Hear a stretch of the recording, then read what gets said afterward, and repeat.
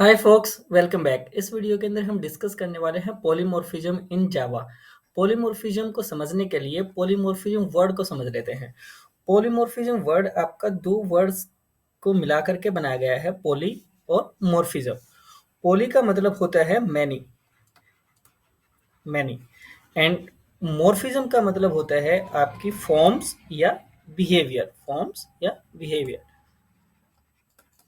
इसका मतलब अगर कोई चीज़ एक ही चीज़ आपकी बहुत सारी फॉर्म्स या बहुत सारा अलग-अलग बिहेवियर अगर दिखा रही है, तो उसको हम बोलेंगे पॉलीमॉर्फिज्म। ओके? जैसे आप वाटर का एग्ज़ाम्पल ले लो, तो वाटर आपकी किन-किन स्टेट में मिल सकता है? आपका लिक्विड भी हो सकता है, गैस भी हो सकता है और सॉलिड भी हो सकता है। तो इसका मतलब वाटर जो है, वो एक पॉलीमॉर्फिज्म जो है, जो फीचर है उसको सपोर्ट करता है, और पॉलीमॉर्फिक ऑब्जेक्ट जो है हम उसको कह सकते हैं। ओके। अब अगर हम प्रोग्रामिंग लैंग्वेज की बात करें, तो प्रोग्रामिंग लैंग्वेज के अंदर जो बिहेवियर होता है, वो बिहेवियर आप किस तरह से डिनोट करते हो? बिहेवियर आप बताते हो मेथड्स के साथ में, नॉर्मली, राइट? तो इसका मतलब जनरली अगर हम पॉलीमॉर्फिज्म की बात करेंगे प्रोग्रामिंग लैंग्वेज के अंदर, तो हम बात करेंगे एक ही मेथड मल्टीपल या मैनी वेज के अंदर, डिफरेंट डिफरेंट वेज के अंदर एक्ट कर रहा हो बेस्ड ऑन द सिचुएशन। ठीक है?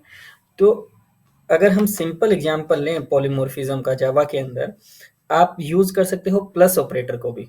अगर आप प्लस ऑपरेटर की बात करो, तो यहाँ अगर आपके पास पैरामीटर्स हैं, दो इंटीजर टाइप की वैल्यू, फॉर एग्जांपल इंट ए आपके पास 10 है, इंट बी आपके पास 20 है, और अगर आपने a प्लस बी किया, तो आपका रिजल्ट क्या होगा? a प्लस बी जो है वो आपको रिजल्ट देगा 30। तो यहाँ पे इस प्लस ऑपरेटर ने आपको क्या दिया है? एडिशन और सम ऑफ टू इंटीजर नंबर्स। लेकिन अगर आपके पास कोई एक जो आपका ऑपरेंड है, वो ऑपरेंड स्ट्रिंग टाइप का हो, तो फॉर एग्जांपल आपके पास स्ट्रिंग ए है, वो है हेलो,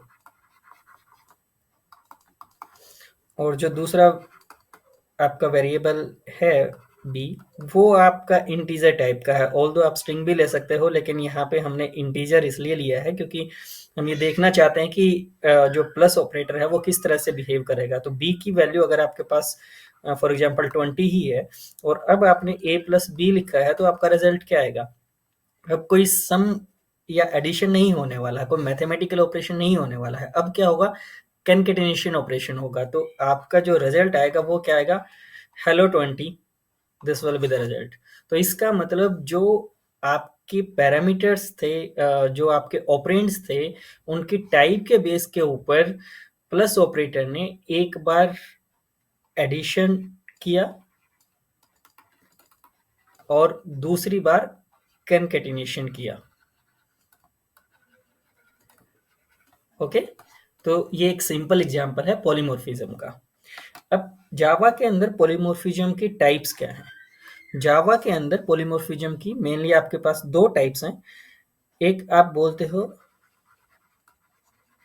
मेथड ओवरलोडिंग, और जो दूसरी है टाइप आपकी, वो है मेथड ओवरराइडिंग।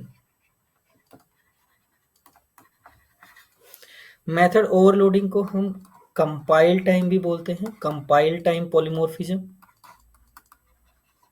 और जो मेथड ओवरराइडिंग है उसको बोलते हैं रन टाइम पॉलीमॉर्फिज्म। ओके? इसको एक और जो कॉन्सेप्ट है अर्ली बाइंडिंग और लेट बाइंडिंग का, वो भी पॉलीमॉर्फिज्म के अंदर ही आता है। अर्ली बाइंडिंग जो है मेथड ओवरलोडिंग या कंपाइल टाइम पॉलीमॉर्फिज्म को बोला जाता है, और लेट बाइंडिंग जो है वो मेथड ओवरराइडिंग या रन टाइम पॉलीमॉर्फिज्म को बोला जाता है। ओके? मेथड ओवरराइडिंग को डिस्कस करने के लिए हमें इनहेरिटेंस का कॉन्सेप्ट आना चाहिए। जब इनहेरिटेंस का कॉन्सेप्ट हमें पता होगा कि एक क्लास दूसरी क्लास को किस तरह से एक्सटेंड कर सकती है, तो उसकी प्रॉपर्टीज को, उसके बिहेवियर को, उसके बाद ही हम मेथड ओवरराइडिंग को समझ पाएंगे। तो मेथड ओवरराइडिंग की वीडियो जो है आपको मिलेगी इनहेरिटेंस की वीडियो के बाद में। ठीक है? अभी हम समझ लेते हैं कि मेथड ओवरलोडिंग जो है वो क्या होता है। Please check next video to understand method overloading in Java in detail. Thank you.